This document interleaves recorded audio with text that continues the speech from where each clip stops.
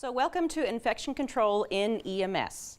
I know that this is a required class. It's usually very dry material, and most of the time the infection control information that we get in EMS and fire were written by nurses in an inpatient setting, and it doesn't apply to us hardly at all.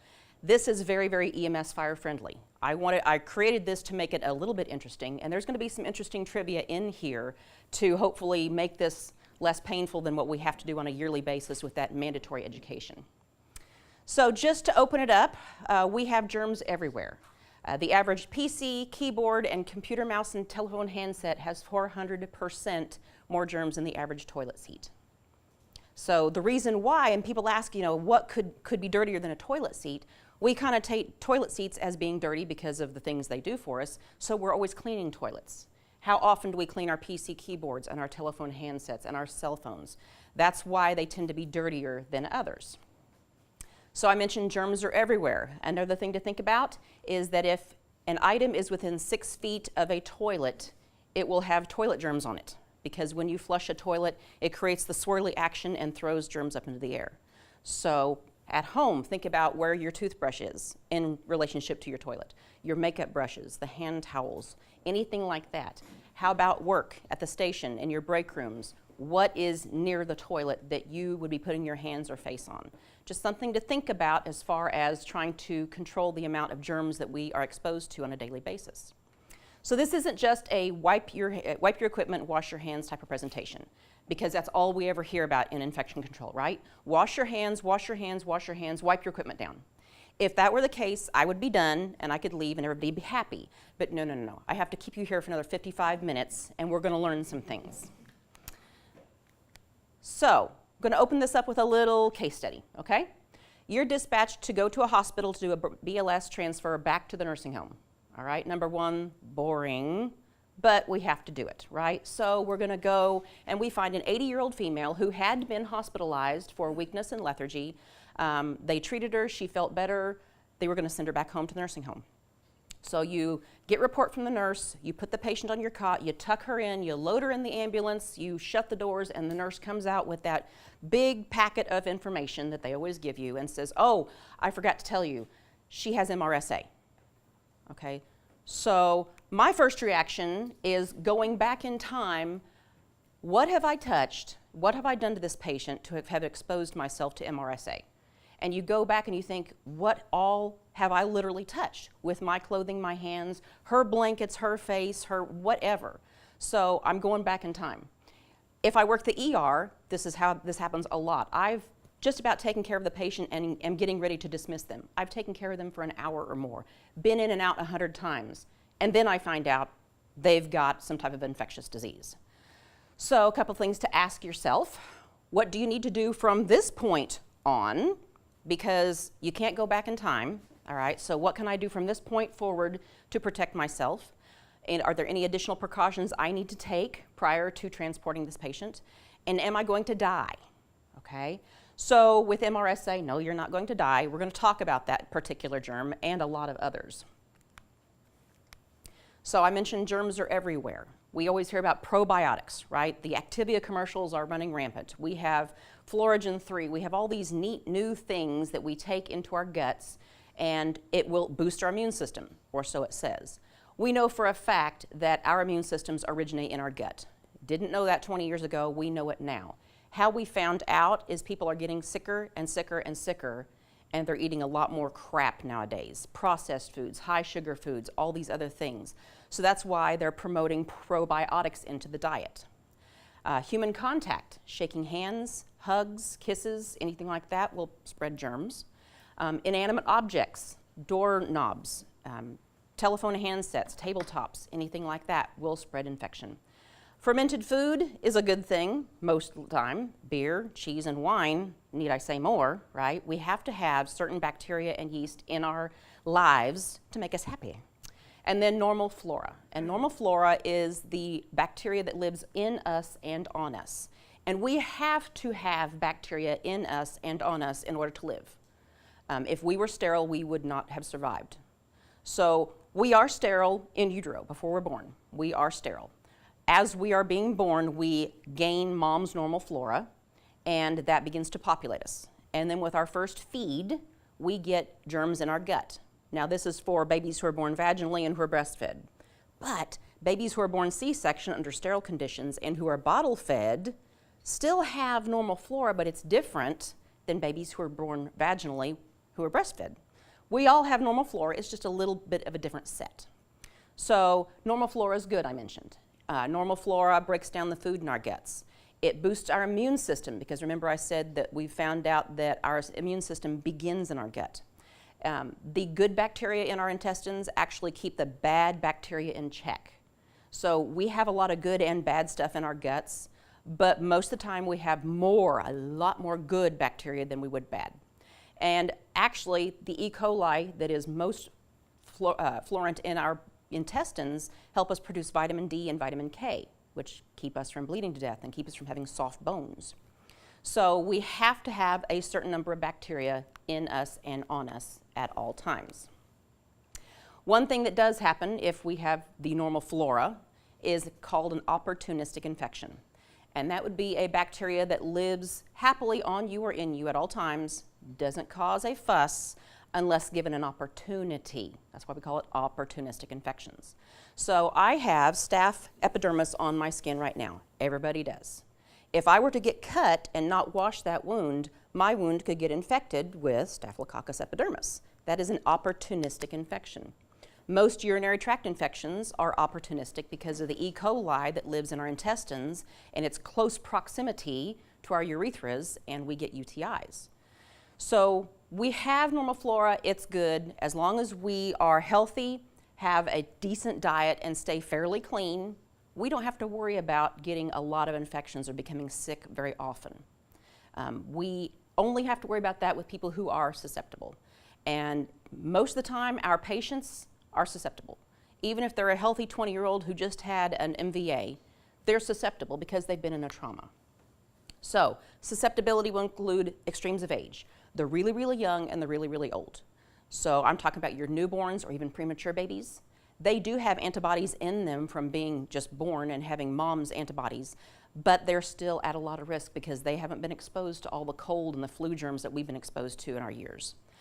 The other end of the spectrum would be our elderly, our really old people, 70 and above. And 70 is not really old, but most of the time our 70-year-olds are more susceptible. And the older you get, the worse it gets.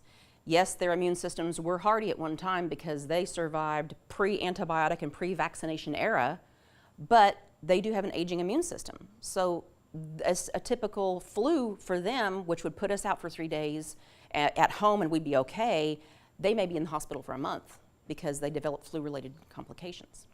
Anyone who's a diabetic, has liver failure or kidney failure are at risk for susceptibility.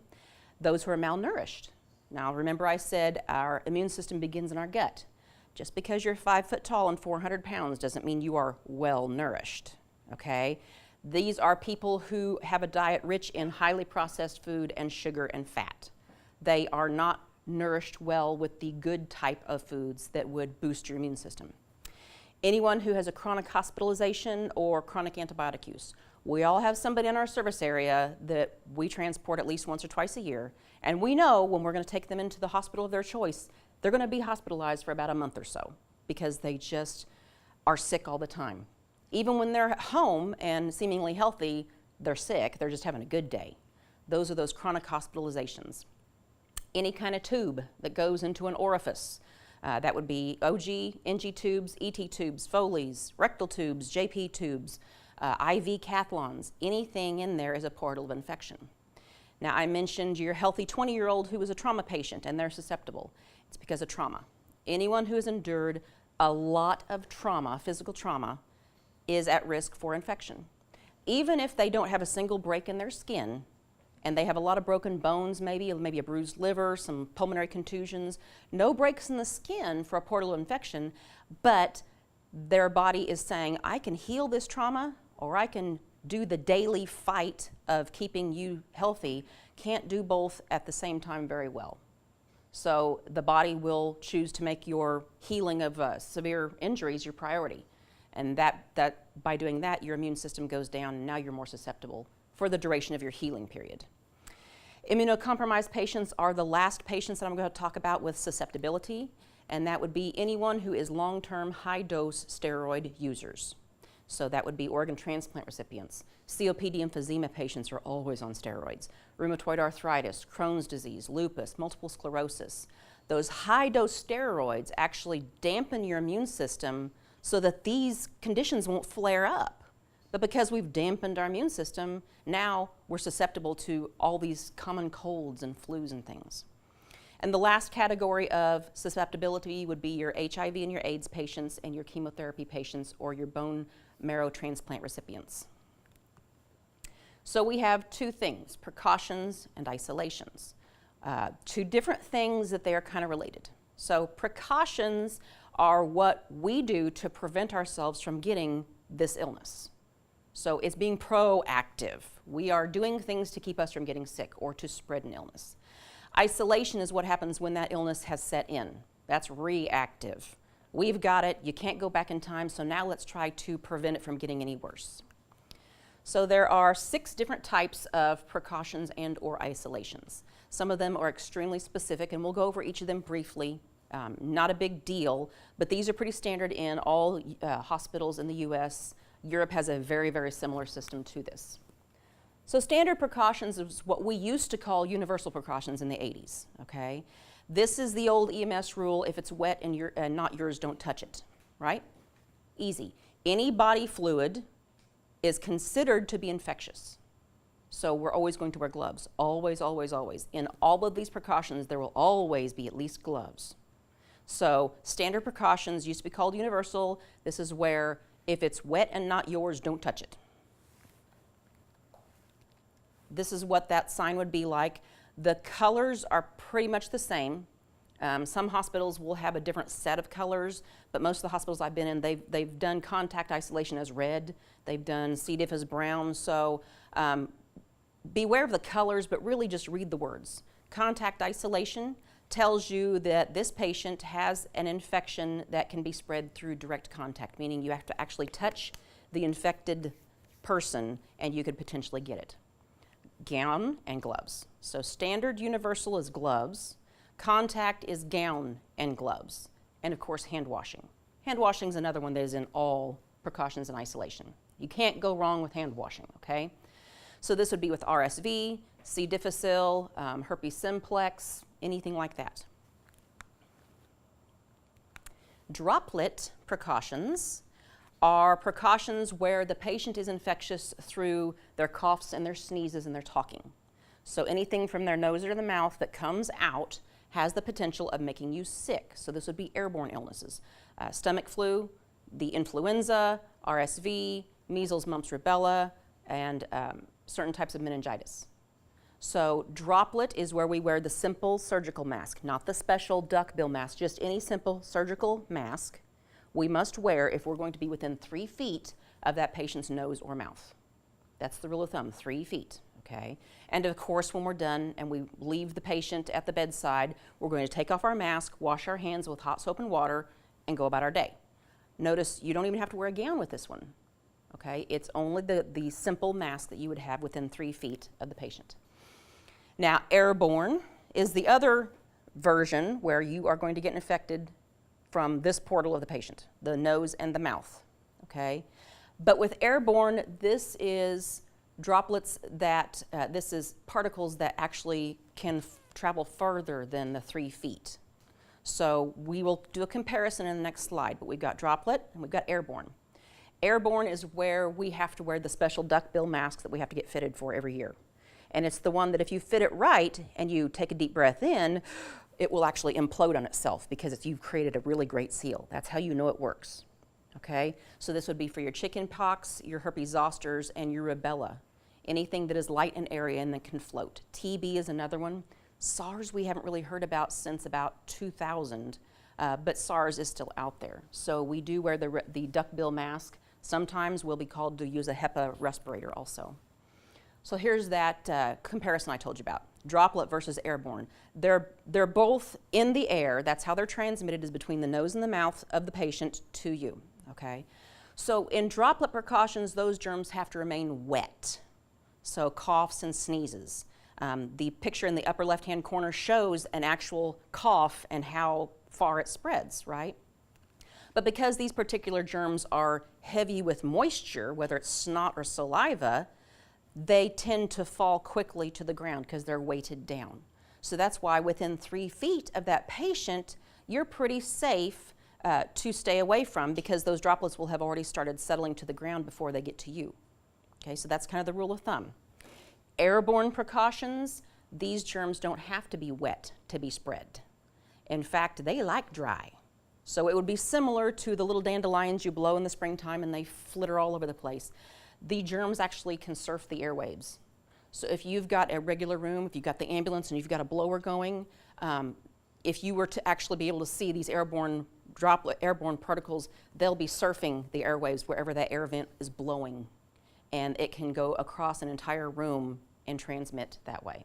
So that's the differences. That's why we have to wear the special duckbill mask that has a seal around it so that those airwaves can't get in past that seal on your face. This one is a very specific one, and it is called neutropenic precautions. In the 80s, it was called reverse isolation, if anyone remembers that one. This is not so much that we are trying to keep from getting sick from our patient, it's that we are trying to keep our patient from getting sick from us. This would be patients who have chemotherapy going, they had bone marrow transplant recipients and they have no immune system. Severe HIV/AIDS patients, they will be on these type of precautions because they have no immune system. So we're going to use gown and glove and mask to protect our germs from getting to them. They are as clean as they can be. We're not worried about getting their germs. We're worried about them getting our germs. So a couple of things that are specific with this one. Patients are supposed to be in a negative pressure room, which means you put them in a room, you shut the doors, and there's a vent that sucks air out. And the air that comes in has been specially filtered. And that air that's being sucked out is cleansed and taken into the atmosphere. So you can't have your doors open. Okay, my question is, what are we going to do when we transport these patients? We don't have a negative air system. I don't have a good answer for that because no one knows, because no one's really thought about transferring a patient with neutropenic precautions to another facility. Usually where they're at is where they're going to stay. That's the lucky part. We don't really have to deal with this too much, but just kind of keep in mind about protecting our patients if you are asked to transport. We can't provide negative pressure rooms, but we can wear a mask and gown and gloves to protect our patient from us. Just a couple of things to keep in mind and that will kind of help you form a plan of care. When the patient's in this room, they are isolated from everyone. They are in negative pressure, the doors are shut, there's a special air vent system. They cannot have any kind of plants or flowers because a fresh cut flower arrangement has pollen and dirt and little teeny tiny insects that will make them sick. So all of their plants and flowers are on a shelf outside their room at the picture window so they can see them, but they can't really enjoy them, okay? Potted plants, that would be anything that is potted in soil. Soil's full of germs. They can't have potted plants either. All of their beautiful things that have been sent by well-meaning visitors will be outside of their room for them to appreciate when they leave. They cannot have any kind of fresh food, like fresh fruits or vegetables. Everything has to be cooked to death because the heat will kill any germs. So there's no such thing as a medium rare steak. They will be well done, super dead steak, okay? No fresh salads, no fresh fruits. Everything has to be cooked to a certain temperature in order to kill any potential pathogens that would make them sick. So kind of keep that in mind when you've got somebody who has such a delicate immune system. Now the other very specific isolation would be Clostridium difficile, C. diff. C. diff is very, very distinctive. Once you have had a C. diff patient in your career, you will never forget it. There is a distinctive smell that goes along with it. And remember I said that you have good bacteria in your gut and they keep the bad bacteria in check. C. diff is a bad bacteria. We all have it, but it's in very small numbers. So if C. diff were to take a hold, we would have horrible, foul-smelling, watery diarrhea. We'd have weight loss. We would be super, super sick. We would be in the hospital on usually high-powered antibiotics. So C. diff specific isolation, we don't use hand sanitizer and we don't use any alcohol-based disinfectants because alcohol will not kill a C. diff bacteria. It has to be bleach, bleach, bleach. If we wash our hands, it has to be hot water and good soap. You can use all that alcohol in the world, it's not going to kill it. So those are very, very specific precautions for C. diff. So this is a picture in the upper right-hand corner of C. diff spores, and I'll show you an up-close picture here in a second. I said that C. diff normally lives in very small numbers in your gut, and that's true. Our normal flora keeps that stuff in low population numbers, which is good. The risks of developing a C. diff infection would be contamination. We touch C. diff with our hands, and then we put it to our mouth or our face, or we wiped our butt after we went to the bathroom, and that C. diff will crawl up there and start setting up shop. Other risks would be having long-term NG or OG tubes with suction. That's the tube goes down to your gut, it sucks out all your gastric acid for whatever reason, you've got an ulcer or something.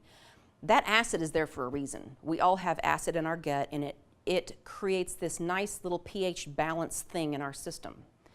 Without that acid being there, though, the pH is altered, and that C. diff detects that, and it will grow in huge numbers because that acid isn't there to keep it at bay. So long-term NG/OG usage will put you at risk for C. diff, as well as lots of antibiotics. Because remember, antibiotics kill bacteria. Antibiotics also kill good bacteria. So if you're killing all your good bacteria, that bad bacteria has another chance to flourish in your intestines. So remember, bleach is the only recommended disinfectant. Now, this is an up-close picture of Clostridium difficile bacteria. You notice there's a little core in the middle. And if you can see on some of them, you can see a little ridge around them. That's like a little shell. That's a little waxy shell or a waxy coating over each individual C. diff bacteria. This is why alcohol doesn't work. Alcohol cannot penetrate through that waxy coating of the C. diff bacteria. So you can pour alcohol straight on it and it will still be able to live because that alcohol cannot penetrate. Bleach will penetrate that. Bleach will dissolve that waxy coating and kill those bacteria. So I mentioned that long-term high-dose antibiotic use will put you at risk for C. diff. Well, this is a bacterial infection, so what is going to cure C. diff? We used to throw all the big antibiotics at C. diff, and it would kind of keep it at bay, but it also made us sicker because it's also wiping out all our good bacteria. So they're like, you know, what are we going to do here? We're spending tens of thousands of dollars on these people. They're in the hospitals, they're on isolation, they're getting huge IV antibiotics in their gut. How can we fix or cure C. diff? Well, some genius thought outside the box and figured out a way of killing C. diff. Now remember, we all have C. diff in our intestines, and what's keeping it at bay is good bacteria, right? Well, the treatment for C. diff now, 90% success rate, is called a fecal transplant. Just like it sounds. It's a poop transplant.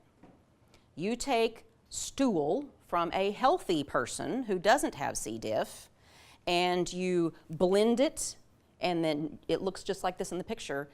You insert an enema into your C. diff patient. That other person's E. coli, which is a good bacteria, infuses into their intestines and repopulates and kills off all that C. diff bacteria.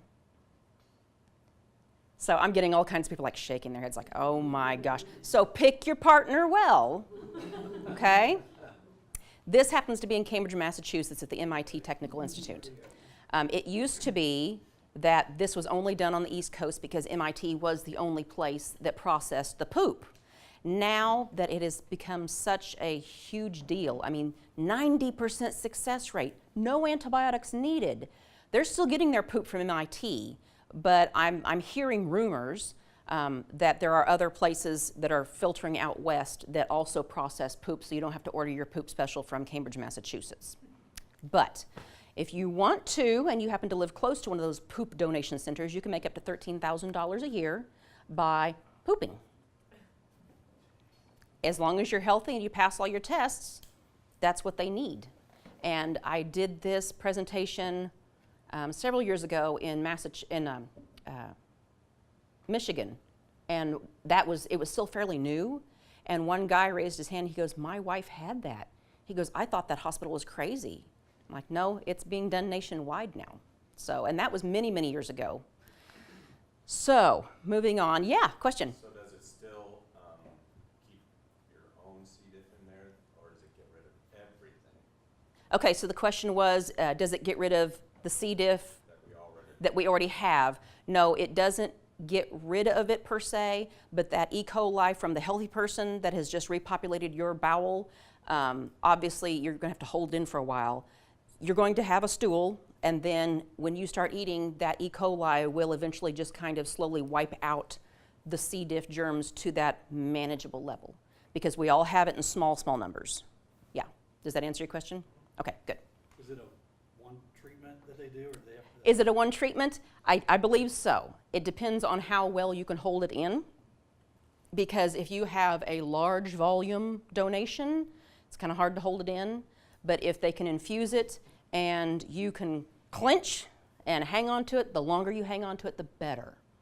So hopefully one time. 48 hours. Oh, 48 hours. Not sure. I'm thinking at least an hour or two. Maybe they kind of put you on a reverse Trendelenburg so it'll stay in. I'm not sure about that part, but yeah. So MRSA is called methicillin-resistant Staphylococcus aureus. Staph aureus is another normal flora that lives on us right now. I've got Staph epidermis and Staph aureus on me right now. Everybody does. The problem is that antibiotic overuse has caused this particular germ to run rampant. It was discovered in Britain in 1961. So before then, if you got an infection and it was Staph aureus, we gave you penicillin or some version of, and it would kill it. Easy. But in Europe, they don't have a regulation on antibiotics. You can buy antibiotics over the counter for whatever you think you need. So they have a lot of resistant bacteria in Europe. We have a lot of resistant bacteria in the US because we have doctors who are overprescribing and we have patients who are not taking them like they're supposed to. So we have Staph aureus. We've used methicillin, which was a cheap, easy drug to get a hold of, but we've overused it. And now we have methicillin-resistant Staphylococcus aureus. So they're like, okay, let's go to the next strongest thing. So that was tetracycline. So tetracycline worked great until doctors were overprescribing it and patients were not using it correctly. So now we have TERSA, tetracycline-resistant Staphylococcus aureus. So, well, now what else can we use? Well, let's try some erythromycin. Well, now we have URSA, erythromycin-resistant Staphylococcus aureus. Let's go to vancomycin. That's a big gun antibiotic. It can only be given by IV. They prefer that it's given in central line because if you give it in a peripheral line, it will burn up your veins. Big gun antibiotic. We now have VRSA, vancomycin-resistant Staphylococcus aureus. So now what are we going to use? Because MRSA is everywhere, right? Well, in 2014, the FDA approved 3 new drugs for MRSA infections. Very, very expensive. They are highly, highly controlled. So if you have a resistant Staphylococcus aureus that is resistant to all the drugs I mentioned before, you will get hospitalized, and then you have to have your doctor consult with the FDA to get an approval for one of these 3 drugs, and then you have to make sure that patient's insurance will cover it, and then that patient will get that drug, and it's very, very regulated. Because, I mean, if we become resistant to these 3 new drugs, then what would we have? Nothing. So MRSA, if you do have somebody who has MRSA, we have contact isolation, so gown, gloves, hand washing. If they happen to have MRSA in their lungs, then we would use droplet precautions. MRSA doesn't like to live in lungs very well. It's like a skin thing. But in case they do have MRSA in their lungs and they're coughing and hacking, you may want to try putting on a mask if you're going to be within 3 feet of that patient, because this is droplet precautions, not airborne. VRE is vancomycin-resistant Enterococcus. Enterococcus lives normally in your GI tract very peacefully, just like the C. diff does, in small numbers. But if you are given a lot of antibiotics, then you become resistant to it. VRE is very common in our nursing home population and in the group home populations. So not really seen too much in our healthy populations, but it is something to keep in mind if you've got a nursing home patient or a group home patient that you're transporting. You know, what's their infection history? Gowns, gloves, and shoe covers, just like anything else. So hand hygiene. Remember I said this isn't just a wash your hands and wipe down your equipment presentation. It is a little bit of wash your hands and wipe down your equipment. But I've already taught you about fecal transplants, so there is some good stuff in here, okay? Hand hygiene is the single most effective method of reducing the transmission of microorganisms, number one, and it is so easy to do, okay? This includes hand washing and hand sanitizer except for C. diff, because that alcohol will not penetrate that. Gloves are not a substitute. Obviously, we have to use gloves, but we aren't supposed to just take off gloves and put on a new set and then go to our new patient. We should be hand washing in between. Jewelry must be kept to a minimum. Frankly speaking, between infection control nurses in the hospital, they would love to be able to say it is mandatory that you don't wear any jewelry on your hands. But they know that wedding rings and purity rings and promise rings are considered a religious practice, and they can't tell you you can't wear it. So if it's up to them, they'd love to say no rings at all, but they can't, so they'll ask you, please keep the rings to a minimum. And I mean, it makes sense. The bigger the ring, the more crevices there are for bacteria to penetrate. So when do you wash your hands? Before patient contact, after transfer of patient care, before and after using gloves, after using the restroom, before you eat, after you eat. Gloves are not that substitute, but they are just an adjunct that helps us improve infection control. Now, when we wash our hands, liquid soap, bar soap, antibacterial, plain. Liquid soap is always preferred. When's the last time you saw a bar of soap in a hospital ER? We don't do them, neither clinics. So liquid soap is always preferred. The three factors that guarantee a good hand washing is time, amount, and friction. The amount of time you keep your hands wet and soapy, the amount of soap you use, and friction. You want to rough up the layer on your hands that have skin cells and fat and acids and bacteria. Rough them up, okay? So then the other question is plain soap versus antibacterial soap. We know liquid's preferred. Now what kind of liquid? Anything. It does not have to be antibacterial. In fact, outside of the healthcare setting, you're not going to see antibacterial soap anymore because FDA banned it in 2016. So Minnesota actually banned it in 2015. They were kind of ahead of the game. They gave their state a year to sell what was already on the shelf of all the antibacterial products. Bath and Body Works had the antibacterial beads in that gel, triclosan and triclocarbon. Those are banned now. So in 2017, the FDA banned all antibacterial body products in hopes that by 2019, they'll all be off the shelf and we don't have to worry about it. Because they found that plain soap works just as well as antibacterial soap. And in fact, our antibacterial soap, we are finding, is creating some resistant bacteria. By us washing our hands, we're creating a resistance. So that's why you don't see antibacterial soaps anymore. So then the next question, how do we dry our hands? Okay, think back to the ERs that you go to transfer patients to. Have you seen a hand dryer in the bathrooms? No. Hand dryers are bad, bad, bad. You'll see them in airport bathrooms, but you will not see them in any place that has a reputable health care. The thing is, when you use a towel, a paper towel, you are using friction, right? You're actually roughing up additionally the surface of your hand. So you can actually further reduce the amount of germs by 77% just by using a paper towel after you use your soap and water. If you use a blow dryer, you increase the amount of bacteria on your hands. Think about droplet and airborne. You've got wet hands that are dripping onto, if it's a blow dryer, it's dripping onto the floor, that air hits it and it stirs it up. The jet dryers, Dyson makes one. I know that Dyson's copyright is coming up, so it won't be a brand, but you know what I'm talking about, those jet dryers, ones you do this. Okay, there's a tray in the bottom. It's always wet. So if you do go to a bathroom that has a blow dryer in it, stay far, far away. Because if you are within 3 feet of that blow dryer or that jet dryer, you are being exposed to 3,005 viral particles at any given time, even if the thing is not blowing. If you're standing away from it, you are less likely. And then paper towels, you can see here in the green, if you use a paper towel, you're only exposed to 15 viral particles. So jet dryers are awful, blow dryers are bad, paper towels are the way to go. So when I go to the airports, and of course they're always full, and that blow dryer is going constantly because everyone's constantly blow drying, I'm wanting to just hold my breath because I know there's stuff swirling everywhere in this.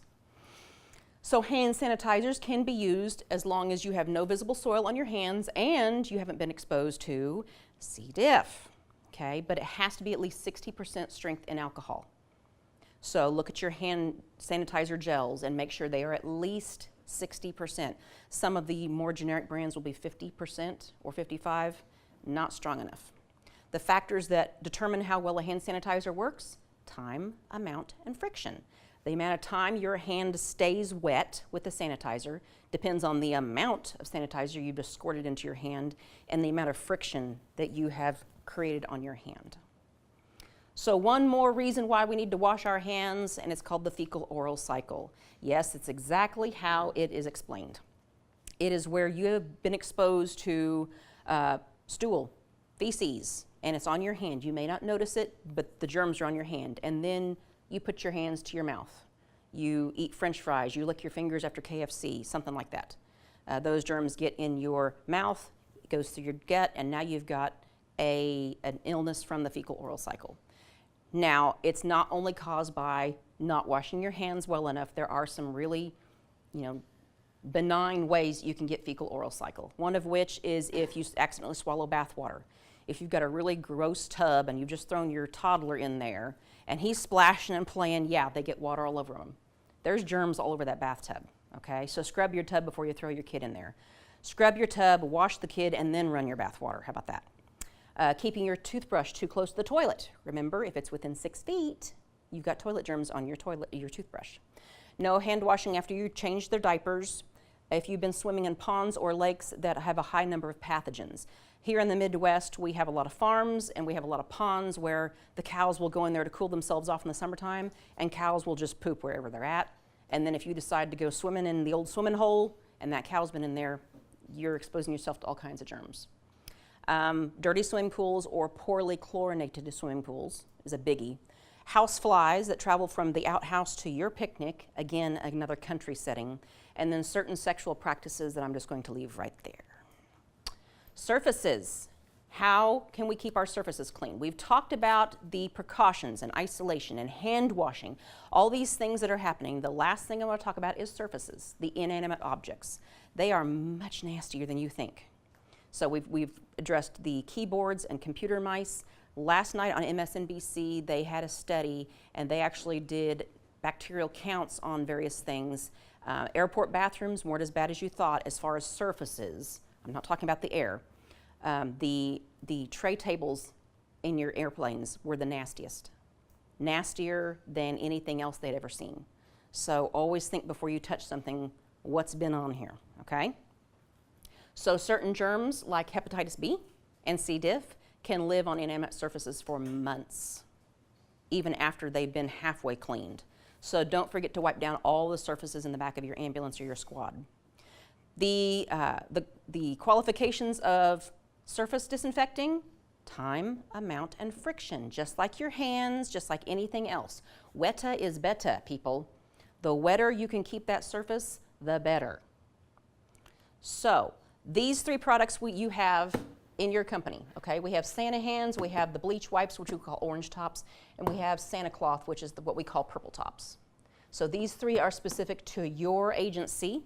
All are highly approved, and we're going to read some labels here in a minute to show how well these work. This happens to be a hospital room of a patient who had VRE, okay? And the patient was dismissed, and the housekeeping was told, do what we call a terminal cleaning, okay? That means don't go in there and just kind of lightly dust over things. This place needs to be swabbed down good, okay? So they did it, I assume, with the appropriate cleaners that you have, okay? The green X's represent everywhere that was positive for a vancomycin-resistant enterococcus culture. So after they cleaned, yes. So obviously they did not use the 3 things: time, amount, friction, okay? So I happen to have, I have all 3 of yours.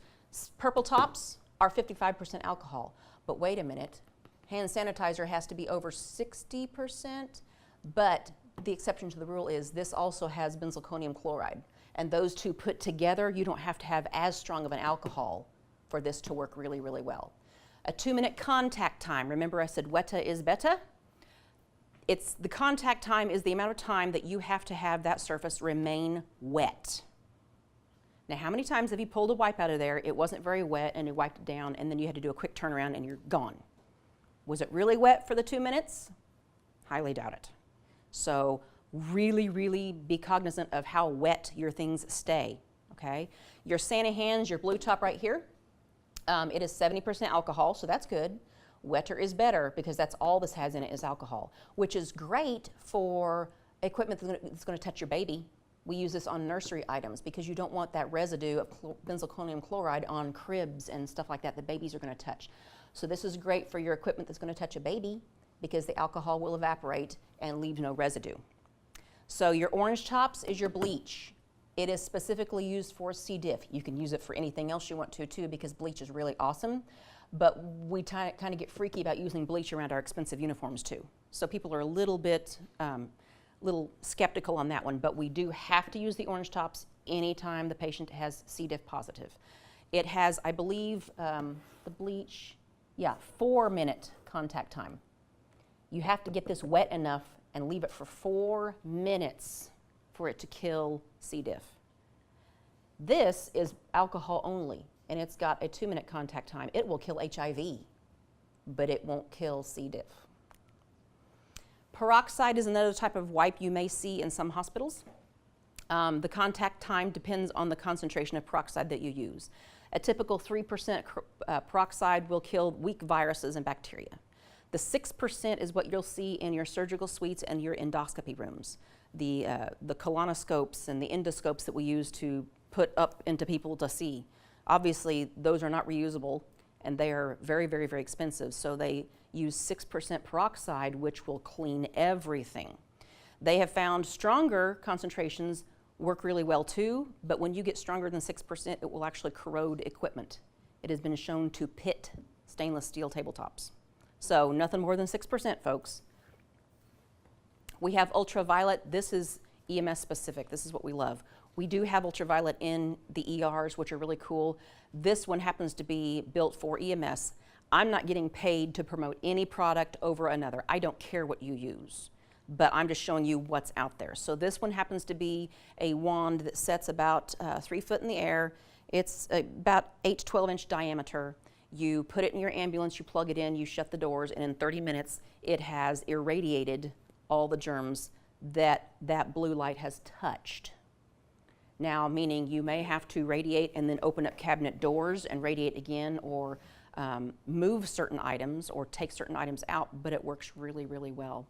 This one is a new type that just came out. This one was at the KEMSA conference back in August. This one is a tabletop, and it literally is about the size of your purple top, and you plug it in and it will irradiate everything. This is the newest thing, not really handy for EMS, but it is out there. It's made by Clorox. It's called a Total 360. It's an electrostatic sprayer. It has the special bleach solution in it, so it will kill C. diff. It's got the special wand that you can cover up to 18,000 square feet in an hour.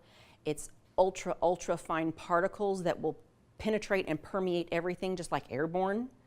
It will not bleach your clothes though. So that's really cool. I've never seen it being used. I saw this product again at KEMSA conference last month, and I thought I'd put it in here to let you guys know of your options. So what about your ambulance? The 3 biggest things that are high in germs in your ambulance or your squad would be steering wheel, door handles, and gear shift. That's nowhere near your patient care area. What's going on here? Well, let's think about this. You've cared for your patient, you and your partner, and whoever's driving is like, okay, I'm gonna go start transport. Okay, what does he do, or she? Flips off the gloves, puts them in the trash can in the wheel well, opens the door handle, goes around the front, opens the door handle, puts it in gear, and goes. You didn't wash your hands with soap and water. Guess what? We're in EMS. We don't have soap and water. We're in the middle of a field transport. So that's why those areas are the ones that get the most flack. We don't always have hand sanitizer available in every ambulance. Sometimes we carry it on our person. Sometimes we'll have a big jar of it in our console, but sometimes we're busy and we don't think about using that. So those 3 things need to be wiped down regularly. The touch screens on your Toughbooks, your Surface Pro, if you've got touch screens on your monitors, Touchscreens rarely get cleaned like they should.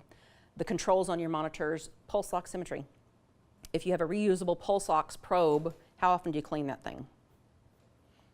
I clean it when I remember that my patient had MRSA, or they've been picking their nose and then I put it on or something, But put a wipe in there and really twist it around there, get that thing wet.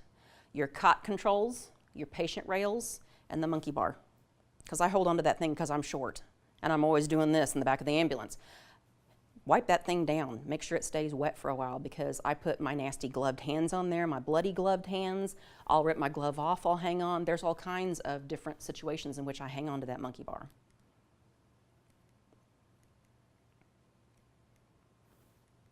There we go. Oops. There. So we're going to go back to our 80-year-old transport BLS from the hospital to the nursing home. Okay, you've tucked her in, you got her all comfy, and the nurse runs out and says, "Be careful, she's got a history of MRSA." Okay, do we need to worry? Unless you crawled in there and spooned with her, I wouldn't worry. Okay? She's in a sheet. She was probably transferred over by the sheet. You may have leaned over her. If you've got a name tag that leans over and touches, I would be careful of the name tag. But you shouldn't have a worry, because you are all healthy people. You can touch MRSA. You can rub MRSA on you. As long as you are healthy and you have a good immune system, it's okay. Wash with soap and water and you'll be all right. If you don't have soap and water, use hand sanitizer. Other things that you need to consider is MRSA is colonized, which means she will always have MRSA. She will always, we all have Staph aureus on our bodies right now. We aren't resistant, but we do have it. She is colonized, which means she has it, and if it is given an opportunity to create infection in her, it will, and it probably did. So if she has signs and symptoms of an infection, fever, chills, fatigue, malaise, any of those things, then yes, probably she has an active infection. But the fact that she feels better and she's good enough she can go back to the nursing home tells me that she's colonized. She doesn't have an active infection. You'll be okay. Use contact precautions and you'll be fine. So when you do transport somebody that you feel has a precaution or an isolation, ensure that receiving facility is capable of taking that type of isolation. The last thing you want to do is transport that patient across town, get to the facility, whether it's a nursing home or whatever, and they go, "Wait a minute, we weren't told they had neutropenic precautions. We don't have a negative pressure room. We can't take them." Meanwhile, your patient is sitting there getting infected by everyone else, and you can't go back to the sending facility. They're not taking them. You're kind of in a COBRA, EMTALA, HIPAA nightmare. So that patient could potentially sit there and you're in service or out of service for a couple of hours until this gets fixed up. So when you pick up your patient at the sending facility, make sure that the receiving facility knows this patient has this type of precaution isolation and that they are capable and they are ready for that patient. Plan the shortest route possible, meaning if this is Wednesday at 2 p.m., I would not go through the main halls to get to the ambulance bay. I may take the back cargo elevator because it's least populated. Now, if it's 2 a.m., yeah, I'll take the main halls because there's hardly anyone in the halls that time. The least amount of people you're going to expose, the better. So the shortest route possible or the least populated route possible, depending on what time of day it is. What kind of isolation is it? What kind of PPE do you need to wear? And consider taking a spare set with you. Because sometimes you get dirty en route and you have to take that off. You need a spare set with you. And then discuss with the sending team what kind of PPE the patient should wear. If they are on airborne precautions, I'm wearing a mask. They really should be wearing a mask too if they can tolerate it. If they're not dependent on oxygen and they're not claustrophobic, I'd be putting a mask on them also. So after you are done with the call, wipe down everything with the appropriate disinfectant and the appropriate contact time. Remember, wetter is better. Be aware of what you and your clothing touched while in patient contact. Remember my name tag? If I lean over and it's dangling on that patient's bedding, that name tag is potentially infectious. So be careful what you're leaning over and touching. Wash your hands when you get back to the station. You may feel better with a shower and a fresh uniform. I don't know. So, final question I want to close with is, where have your bags been? This is my backpack. I take it everywhere. I speak at a lot of different places all over the nation, and I've been in a lot of airport bathrooms in the last 10 months of this year. I don't know about you guys, but girls, we all know that when you're in a bathroom, there's not always a hook on the back of the door to hang your purse or your backpack. So where does it go? On your lap, if you're really coordinated. But if you can't do that, it goes on the floor. And I'm like, the whole time it's on the floor. And I'm thinking contact time. But sometimes it's gone on the bathroom floor. So where am I going to put that backpack when I get home? It's going to go on the floor or on a chair. It will never go on my table. It will never go on my desk. Sometimes my husband unknowingly would want to help, and he would put my backpack up on my kitchen table. I'm like, no, take it off, and I'm grabbing the purple wipes and I'm wiping everything down. So where have your purses been and your backpacks been? Where are your jump bags? We've all gone on calls where we've taken our bags into a residence that was so filthy we felt the need to wipe our feet on the way out of the residence than on the way in. Where are those bags set? On the floor next to the patient, a floor that is embedded with animal feces and whatever else. And then what do we do when we get back to the call? We take our bags in to restock. Where do we set our bags? On the tables? On the countertop in the stock room? I don't know, but ask yourself, where have those bags been and where am I setting them now? So another thing, if you have kids, where are your kids' backpacks being thrown? My kids would sling their backpack on the kitchen table until I became a school nurse. And I saw where those backpacks had been. That's nasty. So backpacks are not allowed on my kitchen table. Nowhere where I'm going to have my hands or my food. So just for the next week, think about any bag you carry, where it's been and where it's going. And you'll really realize how germs are spread so much. So, any questions at all? Yeah, Angela. We're kind of entering flu season. Yes. And so we'll be making a lot of calls into nursing homes, private residences, where there'll be people with some kind of respiratory illness. Uh-huh. Most of us hopefully are going to be vaccinated. Mm-hmm. But as far as wearing a mask on all of those calls, or what are the current recommendations for kind of how we interact with patients during flu season? So the current recommendations for flu season is get your vaccination and get it as early as you possibly can, because it takes 2 weeks for your body to develop enough antibodies to those particular strains of flu. Now, what most people don't know is there's about 15 to 20 strains of flu at any given flu season. The CDC picks the 3 to 4 most prevalent ones, and that's what we're vaccinated against. That's why people are like, well, I got the flu shot and I got flu. Well, you got the flu strain that we didn't think was going to be prevalent. So get vaccinated early. If you're going to be in a large area like the nursing home that's full of immunocompromised elderly people, wear a mask and wear your gloves, obviously. Make your patient contact and then get back into the ambulance, and then you can change the mask out, or if you feel like the patient is doing okay, you can leave the mask off. Masks are always a good insurance policy. It's kind of suffocating and you're breathing your own air and it's kind of warm, but it's your best insurance in addition to your vaccination and your hand washing. If your patient does have the flu, it'd be great if you can get them to wear a mask. So that's the current recommendation. If you feel, there's nothing wrong with wearing a gown also. Some people say it's a bit of overkill, but if that's what makes you feel better, then wear a gown, absolutely. Surgical mask adequate, or do we need Surgical mask adequate, yes, because influenza is airborne. Yes, so the duckbill mask would be the one you want. Yes. Surgical mask will do some good, especially if you're going to be sitting back behind the patient in the captain's chair. You know, they're coughing this way and you're behind this way. That's more than 3 feet mostly. So surgical mask would do good in most situations unless you're going to be right up in their face. Mm-hmm. Yes? Do you have a question?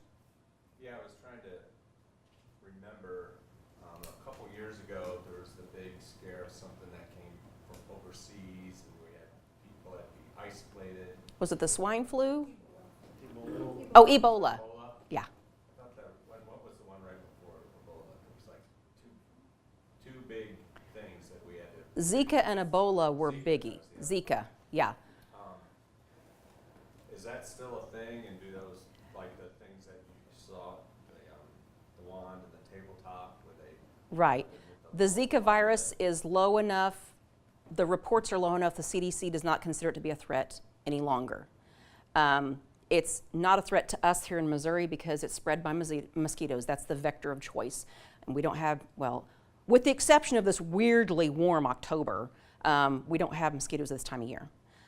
So Zika will be killed by any of this stuff. It will be killed by the aerosol mist and by the UV light.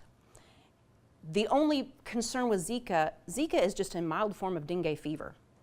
So you're going to have fever, chills, malaise. You'll have it for about a week and then you're going to get over it. And you're not going to die.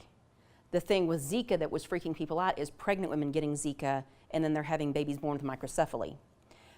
They haven't really isolated it to men who have had the Zika virus and then impregnated a woman. But the CDC recommends if you've had Zika to wait 6 months before trying to make a baby. So it's no longer a threat anymore. Most of the aerosol stuff will kill it. And as long as you're not going to get pregnant and you're not planning on getting somebody pregnant, it's not really a problem. If you get it, it's okay. It'll be a mild form of the flu and you'll get over it. And the UV light things and tabletops takes care of that Ebola. Yeah, Ebola is actually easily killed. It's just also easily transmitted too. That's the problem. Ebola is like HIV. You think HIV kills and oh my gosh, HIV doesn't do well unless it's in a nice, warm, wet human body. So Ebola can be killed easily with these things. Ebola is killed with your surface disinfectants. I would probably triple threat and wipe everything down and aerosol and UV just to be safe, you know. The CDC does have a list of the current recommendations for Ebola disinfection, and it's easier than what you would imagine. Yeah. Any other questions? None? Thank you so much, guys. I appreciate this.